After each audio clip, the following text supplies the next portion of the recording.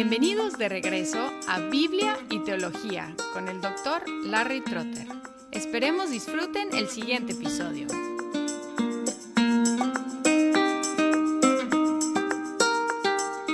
Hola y bienvenidos a la continuación de nuestra serie sobre la teología, la doctrina acerca de Dios. Hemos tocado la Trinidad, también los atributos incomunicables de Dios que solo Él posee, y estamos hoy en los atributos comunicables que comparte con los seres humanos.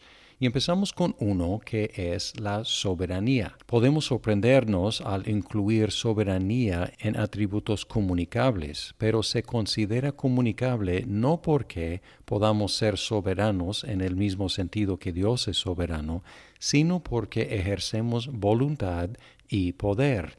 Y son los aspectos de la soberanía de Dios, que Dios absolutamente, libremente ejerce su propia voluntad y su poder. Y podemos distinguir cuando hablamos de la voluntad de Dios entre la voluntad decretiva, Él ordena todo lo que sucede, y la voluntad prescriptiva, Él pone normas para los humanos. Él decreta todo lo que va a suceder y Él prescribe lo que debemos hacer. También podemos distinguir entre la voluntad secreta de Dios y la voluntad revelada de Dios, porque lo que Él ha decretado es oculto para nosotros a menos que nos lo revela, pero lo que Él prescribe para nosotros es revelado en su palabra. Así que la voluntad decretiva es más o menos lo mismo que la voluntad secreta, con la excepción de lo que Él ha revelado de su decreto en su palabra. Pero la voluntad prescriptiva de Dios es la voluntad revelada de Dios, lo que Él requiere de nosotros. En Deuteronomio 29:29 dice: «Las cosas secretas pertenecen al Señor nuestro Dios, mas las cosas reveladas nos pertenecen a nosotros y a nuestros hijos para siempre, a fin de que guardemos todas las palabras de esta ley». Esta distinción no es solamente teórica, sino muy práctica, porque a veces preguntamos ¿cuál es la voluntad de Dios para mi vida? Y si estamos tratando de discernir la voluntad decretiva y secreta de Dios, vamos a estar muy frustrados. Pero si nos enfocamos en la voluntad prescriptiva y revelada de Dios, tenemos más que suficiente para entretenernos.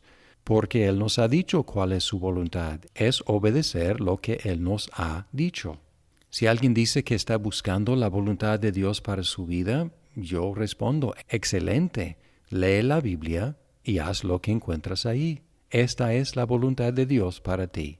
También podemos distinguir entre la voluntad necesaria de Dios y la voluntad libre de Dios, aunque realmente esta no es una diferencia entre dos voluntades, sino entre dos perspectivas, porque con respecto a sí mismo, Dios decreta y lleva a cabo su voluntad inmutablemente, necesariamente. Lo que Él decreta sí va a suceder. Pero desde nuestra perspectiva hay muchas contingencias, hay muchas causas que pueden suceder o no suceder, porque no tenemos la misma perspectiva de Dios. En la Confesión de Fe de Westminster, capítulo 5, párrafo 2, dice: «Aunque con respecto a la presciencia y decreto de Dios, quien es la primera causa, todas las cosas sucederán inmutable e infaliblemente. Sin embargo, por la misma providencia las ha ordenado de tal manera que sucederán conforme a la naturaleza de las causas secundarias, sea necesaria, libre o contingentemente». Una ilustración que muchas veces utilizo si estoy dando una clase sobre este tema: tomo un lápiz y lo dejo caer al suelo y pregunto a la clase ¿por qué cayó este lápiz al suelo?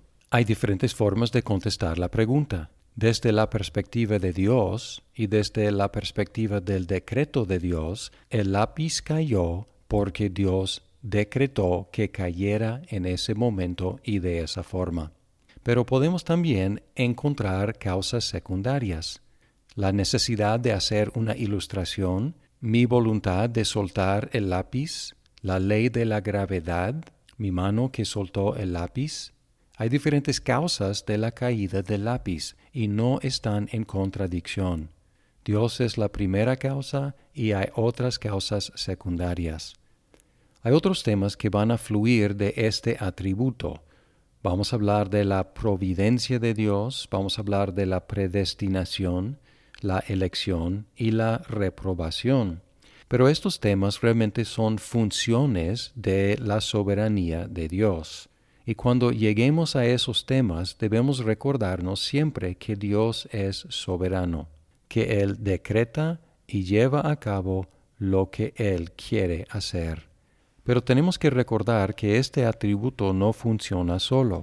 Dios hace todo lo que quiere, pero siempre de acuerdo con su naturaleza, no en una forma caprichosa. Así que debemos tomar en cuenta otros atributos comunicables de Dios. Y podemos pensar en atributos intelectuales, como la veracidad, la sabiduría y el conocimiento. En el caso de Dios, su conocimiento es omnisciencia porque Él lo sabe todo. Él tiene absoluta veracidad, sabiduría y conocimiento y comunica a los seres humanos estos atributos en una forma menor. Los demás atributos comunicables son atributos morales y podemos hablar de la bondad. Y la bondad es una palabra amplia que incluye el amor, la misericordia, la gracia y la paciencia.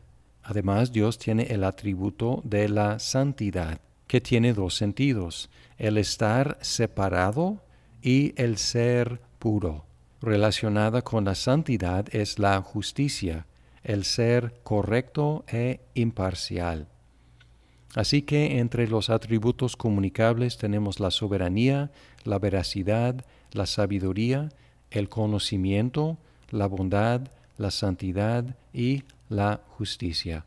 Dios es estos atributos y en su bondad nos ha comunicado estos atributos en una forma menor. Al exhibir estos atributos, los seres humanos estamos reflejando cómo es Dios. Muchas gracias por escuchar este episodio de Biblia y Teología. Esperamos que el programa sea de provecho para su vida. ¡Hasta pronto!